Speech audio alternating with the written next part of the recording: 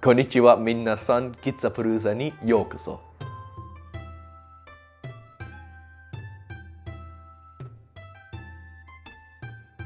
Hello, everyone, and welcome to Gitsapalooza. Today we have Carl's Silver Moon Syndicate. Say hi, Carl. Hello. And my Tengu playing Muzukashi. So Muzukashi has 6 30mm objectives scattered around the table in a rough hexagon. As you can see, we're playing on this farm area. This is like the yard of the farm area, so there's no fields yet. But actually, I do have a farm field, but it's too big and it was interfering with the placement of the objective, so we left that off. So Muzukashi is a really interesting scenario because it uses, in essence, 3 different missions all in one mission. So on turn 3, the player with the most friendly scenario objectives gets the first victory point. And so that is simple influence.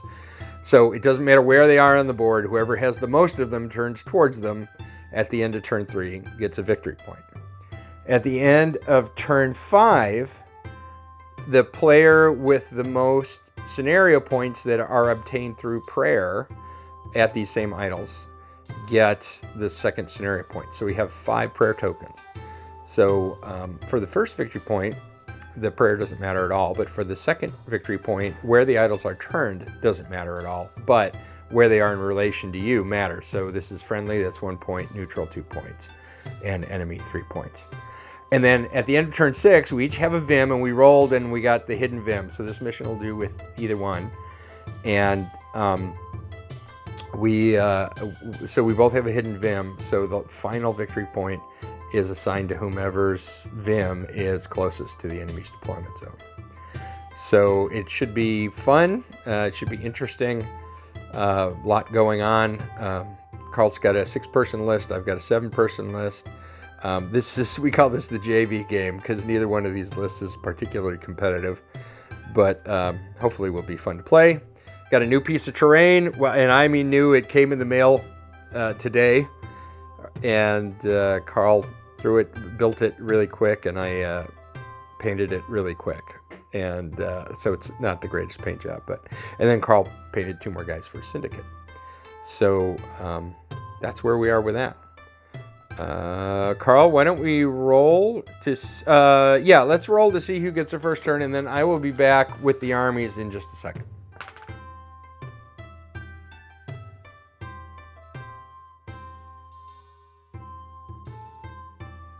All right, ladies and gentlemen, starting for the Tengu, we have Chirobo on the left, Convocation of Eagles, Zenkibo, Katenbo, Nunik, Naigabu, and Hazkabo on the right. So I've got 7 models that come out to exactly 100 rice, no cards. I've never played the Convocation of Eagles, so it'll be interesting to see. And I haven't had a lot of luck with the Tengu since the new edition came out. However, I am entirely open to the fact that that's probably my fault. I'm just not playing them correctly. So I'm going to take them out. I know you guys are probably sick to death of seeing the alpha dogs, so I put them away for a while. And we'll be playing with these guys. We'll be playing with the Bakemono. And I'm going to be adding 3 new armies to the channel in relatively short order. So I'm working on finishing up my Bakemono. I sent my Pirates of the Caribbean off to a buddy in Tasmania who is an excellent painter, and he's going to take care of those. And you say, Art, why are you sending your stuff to Tasmania to get painted? You'll know when I get it back. And then Carl and I have decided that we are going to both share a Cult of Ure army. So with the new box set that's been released with the skeletons and the witches in it, and then the revamp of the original box set, which has some really cool models in it. No Kairai, but it's got the pangolin and a couple of other really cool models. So I'm excited about getting those. So I would say maybe 2 months, maybe 2 months probably 2 months is reasonable. I'll have a lot of different armies available to play on the channel, just amongst the boys and I. Not to mention, I know Tyler's picking up some extra stuff, so there should be a lot of variety on the channel soon. Anyway, so there we go. There's the Tengu. I will pop over and we'll see what the Syndicate is bringing today, and then we will get to the first turn.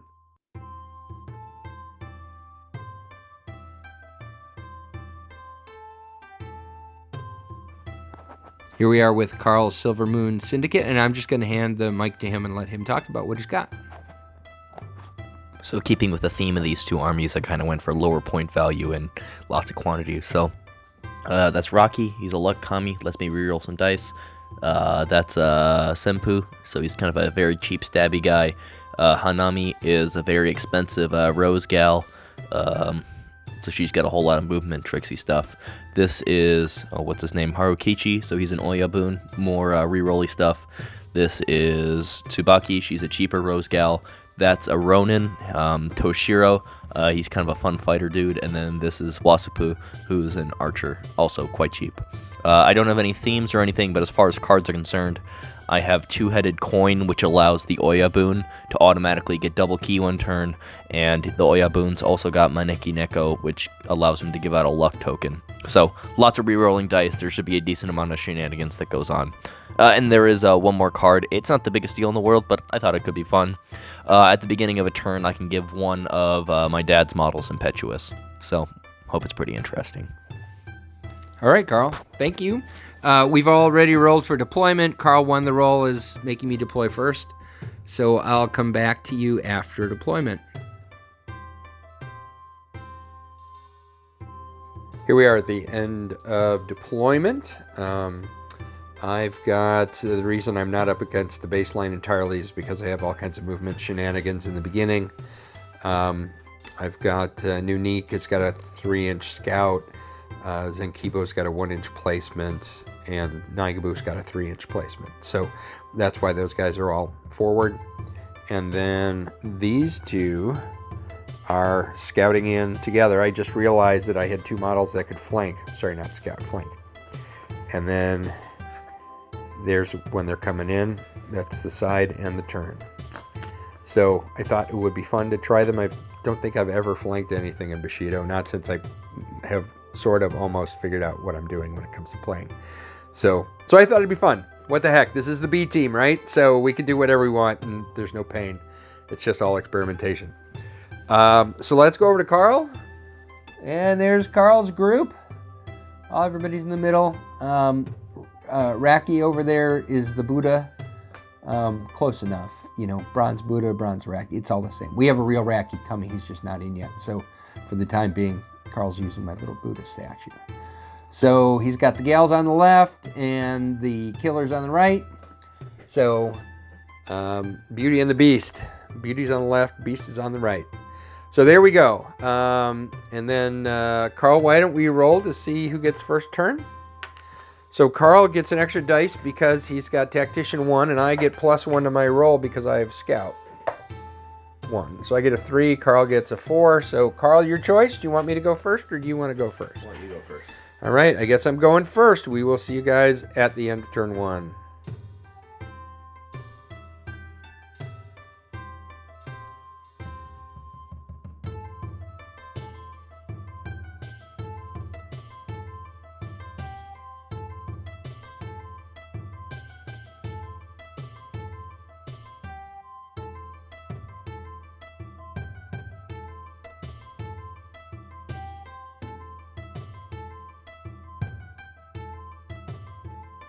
End of turn 1. Lots of movement. Not too much movement of the objectives, however.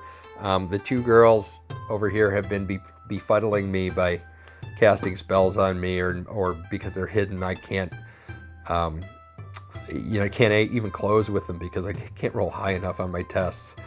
It's disgusting. I have two models that have Detect. Both Naigabu and Nunik have Detect, but Detect doesn't work against disguise models. It just works against camouflage models. So as a result, I've got what's his face? Katenbo. Turn this idol. So I have one, and Carl's a guy in the back. Carl, you got 2 new guys. What are their names? Senpu or Wasupu? Okay, so Wasupu, turn that idol. So at the moment, we each have one friendly objective. So we're tied. However, Carl has threatened me with lots of shenanigans from this point on because everything's in range. So we'll see. I may just have to run away. Anyway, we'll see what happens. Let's roll, Carl, to see who gets to go first this next turn, or choose. Carl's got I've got a 2. But wait, you've got Scout. Doesn't matter. A Scout only matters for deployment. I'll keep it. Oh, God. How many ties can we roll? There you go. So Carl wins with a 3 after 4 rolls. How pathetic is that for dice rolling? Carl, what are you doing? Going first. He's going first. All right, we'll see you in a bit.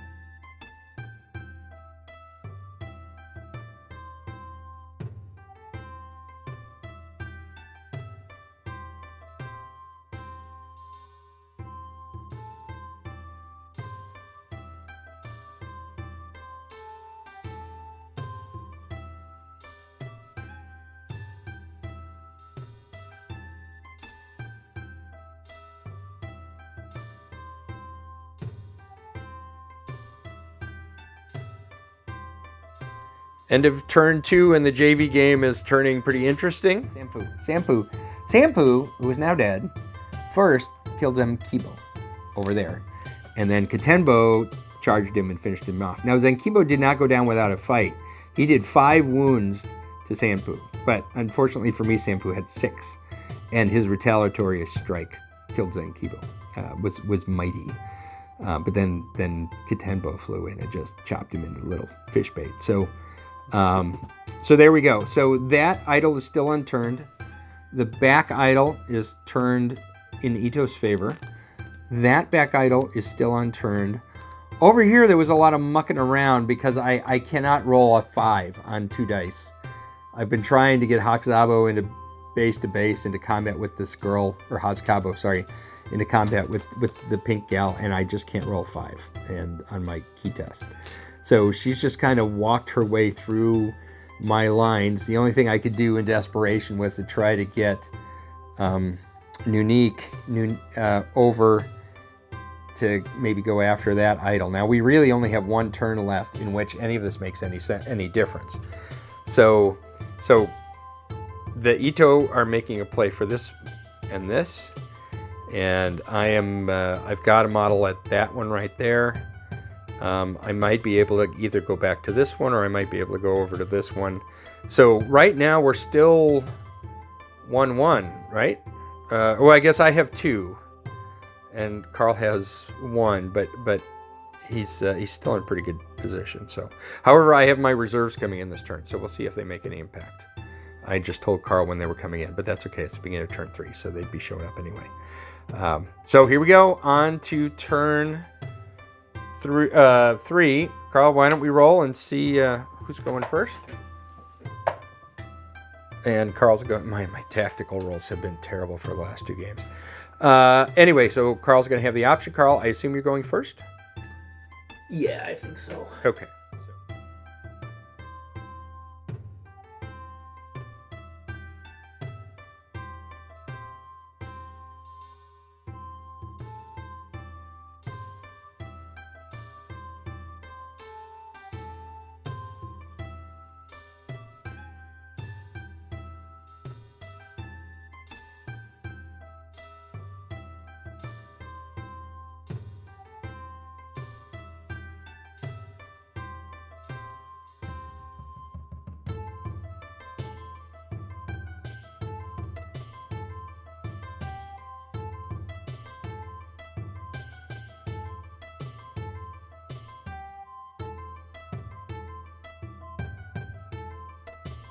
All right, end of turn 3. Lots has gone on. You'll notice both sides are a little thinner, especially me. I managed to have 1, 2. This one didn't get turned. 3. 4 objectives turned in my favor, so I will get the first victory point. However, Carl started praying. He figured out that he wasn't going to get that victory point, and so when he got to these objectives here, he used his points to pray for 3. So he's already up on the next point, 6 points to 3, because I also figured out that I was going to win that point, and then I prayed with Trogo. My flankers came in over here. The birds attacked this dang crossbowman to keep him busy, and then Trobo went over there, and he was going to turn that idle if I needed it, but I didn't, so he prayed at it instead. The birds just got wiped out. Every time I engaged in combat, just about, they lost. Katembo, who got taken out by that stupid crossbow archer as 11-point figure, he's just absolutely deadly. He's taken out an entire healthy Oni before with his crossbow. And that's just ridiculous. You know, that's 9 wounds in 1 firing exchange. So anyway, but in spite of that, I still have the first victory point, and the JV game has turned into a really interesting game. We're all positioning and placing ourselves. We're both going to be burning prayer tokens, as many as we can, to try to get as many 3-point things as we can. But like I said, I'm kind of out of options when it comes to fighters. Basically, all I have is Unique and nobody else. And Trobo's is not really good as a fighter, So, but the game's still going on. I mean, I might be able to tie for the second victory point, and then it's just a matter of whose Vim survives and gets closest to the opponent's deployment zone. So we'll see what happens then. Anyway, onward to turn 4. Carl, you want to roll to see if I once again roll a 1 for this stupid roll? Actually, I get 2 dice. Yeah, 2. So there we go. I rolled 1 better than my average. Carl, you want me to go first, or you want to go first? I think I'll go first. Carl will go first. All right, we'll see you at the end of turn 4.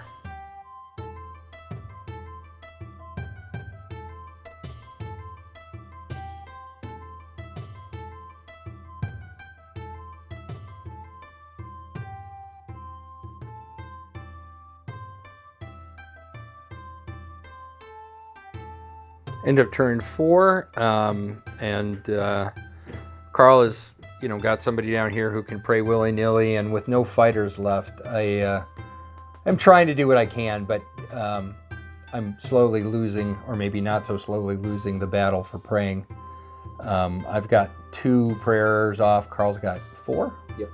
So he's got twice as many prayers I do. We'll score at the end of this turn, and he doesn't need much to complete. My birds, the flock of eagles can't interact with an objective, and so all he's got to do, and Nigaboo can't move on his own. I don't know. We'll see. These guys over here are in combat, so that takes not unique out of the question. So I think I'm going to lose the second point. We'll play the turn and see what happens.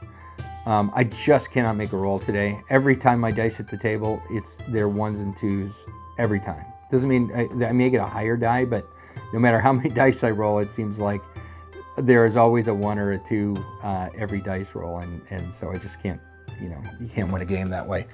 So I did, the flock of seagulls took out the little crossbowman though, so I was pretty happy about that. So I'll take that as a small victory. Moving on to turn 4, and then scoring a victory point at the end of the turn. We'll see how things go.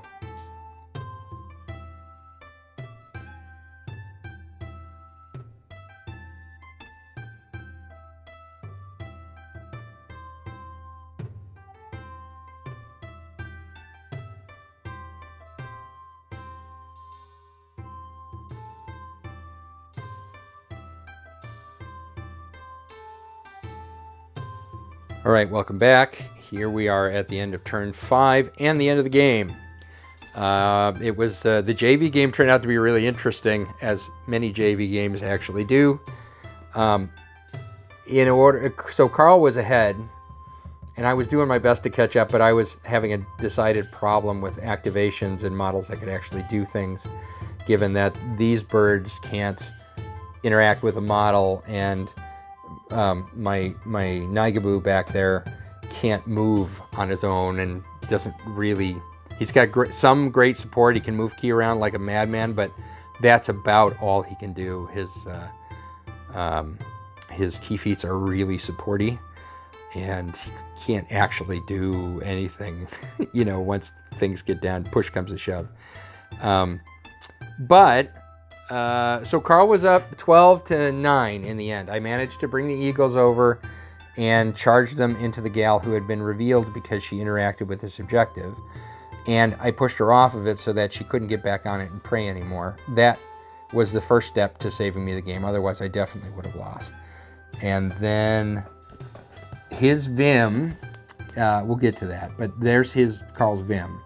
My Vim was Tarobo. Now, if you remember, I flanked Tarobo, and you can't flank a Vim. So I was going to have to concede the third point anyway.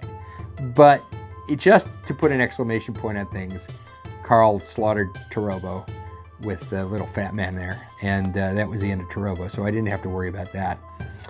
But then what saved the middle point for me, so I'm down 12-9, is that the little fat man then walked into combat with Naigabu, and one of Naigabu's abilities is he can basically pop out of combat the first time he gets walked into base to base each turn. And I just popped him on the other side of the objective, which is outside of the little fat man's zone of control. And I had one activation left, so I was able to pray. So that tied things up at 12. And so that was it. So it was 12-12. I had attacked with Nunique in the back to keep Toshiro off of being able to do anything on that objective. So basically the whole praying thing was a wash. I had 12 points, he had 12 points. And then the last victory point is handed out for whoever's Vim is closest to the other deployment zone. Well, my Vim is A, illegal, and B, dead. So Carl's Vim is the closest to my deployment zone. And as a result, he gets a third victory point. So the first victory point went to me for turning the idols. The second was a wash for the prayer. And the third went to Carl. So it's 1-1. So we tied. So Carl, what are your thoughts about the JV game? I mean, we both kind of came into this knowing we weren't playing really competitive lists, but we thought it might be fun, and it actually turned out pretty fun. I thought it was. I thought it was pretty entertaining. So. All right. How do you like? Who is your standout model for the game? Really tough to say. I mean, I think once again the archer proved himself to be very good. So I knew that. And what's the archer's name? Waspu. Okay. So if you play Syndicate, get him. He's only 11 points. So pretty good model. Yeah, I'll vouch for that. He's deadly. For me, I'd have to say it was the flock of seagulls here. They, excuse me, they killed a model. And came in on outflank. They get basically their key stat and number of attack dice are the same as the number of wounds they have left. So they start with 3. So that key stat of 3 means they actually had a chance of closing in on one of the girls who was hidden, though they didn't actually succeed in doing that until after they'd revealed themselves. But it moved, and actually it saved the game, because if it hadn't flown, charge from way the heck over there, they've got a 12-inch charge, I wouldn't have been able to push her off of this idol, and I would have for sure lost the middle point. So, I think the Eagles did it. Everybody else just kind of sucked and died. Naigabu pushing ki around is always really helpful. It's just, he's got nothing else. His ki feats aren't all that interesting. I like the virtue. The virtue thing comes into play. Hold on, let me see if I can get this to focus. I like the virtue tokens, and I like the fact that he can move a lot of ki around. That's pretty cool. Warding Shomyo is probably the favorite of my ki feats. It just didn't really come into play this particular game. But if you're playing somebody like the Sumos, or if you're playing Temple with all the special attacks and stuff they can do, then he becomes extremely valuable, because he negates their fancy attacks within a for 6 inches in any direction, and that's really helpful. So yeah, I like Naigabu. He's not super expensive at 15 points, but there are some games where he just runs out of utility.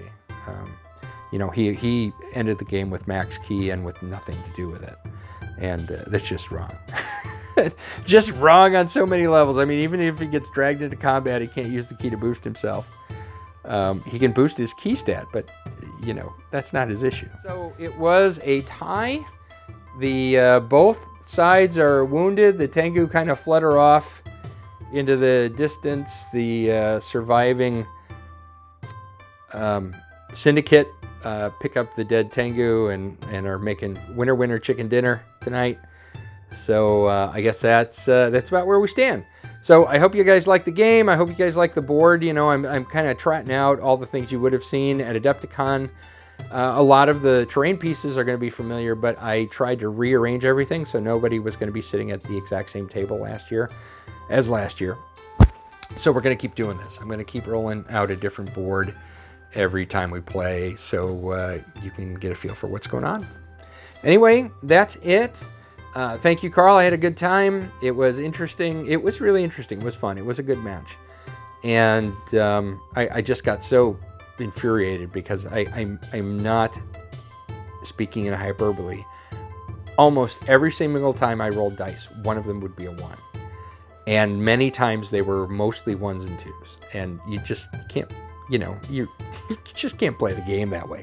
At some point, you have to be able to do things. You know, you have to be able to roll dice on averages so that the rest of the game mechanics work out. But in spite of that, I managed to draw. I'll take it. And we'll just go on from here. So hopefully you guys will be seeing a lot of these battle reports now that both boys are home. Especially Carl will be doing a lot of stuff. We'll be bringing new models onto the table, new factions into the house. So even though we're stuck here and can't play with our normal group of friends, we'll make the best out of it. So anyway, you guys be safe, be healthy, think biosecurity, and we will see you next time on Gitsapalooza.